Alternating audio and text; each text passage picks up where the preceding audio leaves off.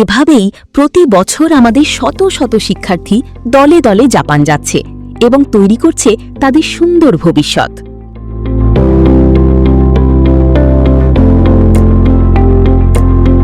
আসসালামু আলাইকুম।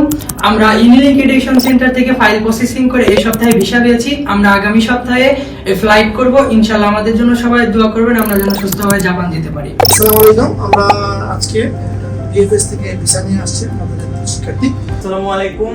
আমরা ইউনিলিংক থেকে 5 জন 2026 সালে এপ্রিল সেশনে ভিসা পেয়েছি। সবাই আমাদের জন্য দোয়া করবেন, আমরা যেন ভালোভাবে জাপান যেতে পারি। আসসালামু আলাইকুম। আমরা আজকে ভিসা নিয়ে আসছি সবাই না? জি। আসসালামু আলাইকুম। আমরা আজকে 4 জন ডিএফএস থেকে জাপান এমবাসির মাধ্যমে ভিসা নিয়ে আসছি। আমরা সবাই ইউনিলিংক এডুকেশন থেকে 4 মাসের কোর্স করে নাট এবং জিএলবিটি পাস করেছি। আমরা অক্টোবর সেশনে ভিসা পেয়েছি। তো আমাদের জন্য সবাই দোয়া করবেন, আমরা যেন সুন্দরভাবে জাপান পৌঁছাতে পারি। তো আমরা আশা করি তোমরা জাপানে গিয়েও N1 কমপ্লিট করো। তোমার সবার জন্য শুভকামনা রইল।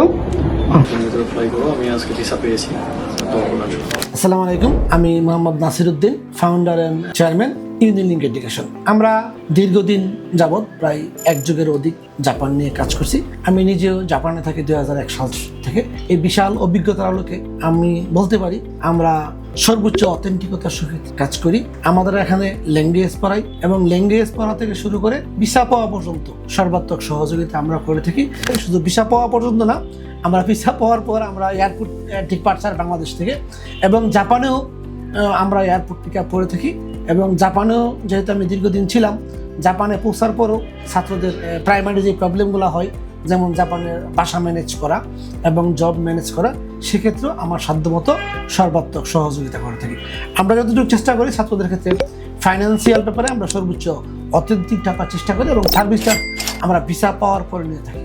জাপানে আসলে সরকার বলছে যে 1 লক্ষ লোকের অধিক কর্মসংস্থান জাপানে হবে।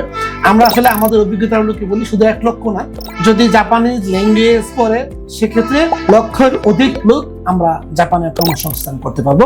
এখানে মেইন ইম্পর্টেন্ট যেটা জাপানিজ ল্যাঙ্গুয়েজ। জাপানিজ ল্যাঙ্গুয়েজ যদি পড়ে সেক্ষেত্রে স্টুডেন্ট ভিসা এবং জব ভিসা উভয়ভাবেই জাপানে যাওয়া যায়। স্টুডেন্ট ভিসার ক্ষেত্রে N5 কোর্স কমপ্লিট করার পরে জাপানে যাওয়ার জন্য ইন্টারভিউ স্টার্ট হয় এবং জব ভিসার ক্ষেত্রে SSW বলে স্পেসিফাইড স্কিলড ওয়ার্কার, সেক্ষেত্রে N5 এবং N4 স্কিল টেস্ট পাস করার পরে ইন্টারভিউর ব্যবস্থা করে থাকি।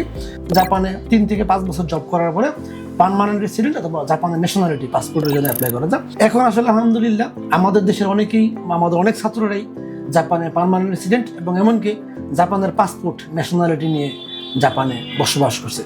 জাপানে আসলে বেশিরভাগ এখন যারা যাচ্ছে বেশিরভাগ ছেলেমেয়েরাই জাপানে লং টাইম স্থায়ীভাবে বসবাস করছে এবং এরা পরিবার নিয়ে বসবাস করছে এবং স্টুডেন্ট এবং জব বিষয় বেশিরভাগ লোকজন আসলে দেশে টাকা পাঠায়। আর আমাদের ইউনিলিংক এডুকেশনের হেড অফিস ঢাকার ধানমন্ডি প্রাইম লোকেশনে, ধানমন্ডি ল্যাবরেটরির অপোজিট বিল্ডিং এ আমাদের অফিস, মমতাজ প্লাজায়। আমাদের এছাড়াও ঢাকার যাত্রাবাড়ি সাইনবোর্ডে আমাদের ব্রাঞ্চ আছে, উত্তরে আমাদের ব্রাঞ্চ আছে এবং ঢাকার মিরপুরে 1 নম্বরেও আমাদের ব্রাঞ্চ আছে। এছাড়াও ঢাকার বাইরেও আমাদের ব্রাঞ্চ আছে। তো জাপানে যাইতে আসলে স্টুডেন্ট ভিসা প্রায় 10 লাখ প্লাসের মতো খরচ হয় এবং জব ভিসার ক্ষেত্রে 5 লাখ প্লাস খরচ হয়। স্টুডেন্টের ক্ষেত্রে জাপানে কিরকম ইনকাম এটা আসলে অনেকেরই জানার আগ্রহ থাকে। জাপানে আওয়ারলি 1000 ইয়েন প্লাস পাওয়া যায়। আর যারা ফুল টাইম জবে যায় এরা মান্থলি বাংলাদেশি টাকা প্রায় 1.5 লাখের কাছাকাছি পায়। বেসিক 1.5 লাখ আছে বেসিক, প্লাস ওভারটাইম যদি করে ওভারটাইম আনুষঙ্গিক পাওয়া যায়। সবাইকে ধন্যবাদ।